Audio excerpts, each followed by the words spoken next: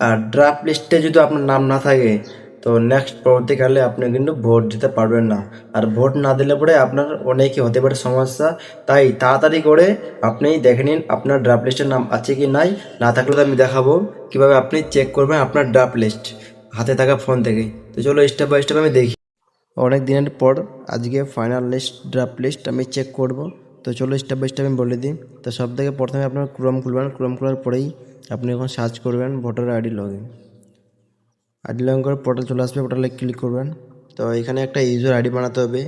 তো অলরেডি আমার বানানো আছে, তো সেই জন্য আমার ডাইরেক্ট পোর্টালে চলে আসলাম। আপনি বানাবেন, ঠিক আছে। তারপরে উপরে দেখতে পাচ্ছেন ডাউনলোড ইলেকট্রনিক রুলস, তো আপনি ওখানে ক্লিক করবেন। ক্লিক করার পরেই আপনার এখানে চলে আসবে। আসার পরে আপনাকে এখানে নিজের স্টেট সিলেক্ট করতে হবে, ঠিক আছে। যেরকম আমরা ওয়েস্ট বেঙ্গল স্টেট আমি সিলেক্ট করলাম। তারপরেই আপনাকে এখানে ডিস্ট্রিক্ট সিলেক্ট করতে হবে।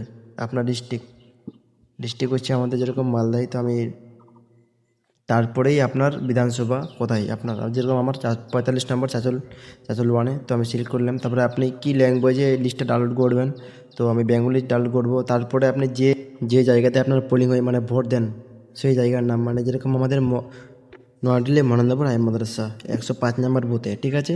তো আগে আপনি এখন ক্যাপচার দেবেন, ক্যাপচার দিয়ে আপনি এখানে নাম লিখবেন। নাম লেখার পরে যেরকম আমার চলে আসলো 5 নম্বর বুথে, তো আপনি 5 নম্বর বুথ ওখানে টিক চিহ্ন করে ডাউনলোড করবেন, বাস অটোমেটিক ডাউনলোড হয়ে যাবে। তারপরে আপনি এখানে চেক করতে পারবেন কার কার নাম এসছে কার কার নাম নাই। যেরকম আমি ওপেন করে দিলাম, ওপেন করার পর আমি এখানে দেখছি কার কার নাম আছে কার কার নাম নাই। আর অবশ্যই যাদের নাম আছে কমেন্টে জানিয়ে যাবেন, আর যাদের নাম নাই ও তাও কমেন্টে জানিয়ে যাবেন নাম আছে কি নাম নাই। আমি দেখতে পাচ্ছি যে নাম মোটামুটি সবারই আছে ফাইনাল লিস্টে। আর এই লিস্টটা পাওয়া গেলে পরে অবশ্যই কমেন্ট করবেন, আমি পিডিএফটা কমেন্টে দিয়ে দেবো। ভালো লাগলে অবশ্যই লাইক কমেন্ট শেয়ার করে দেবেন।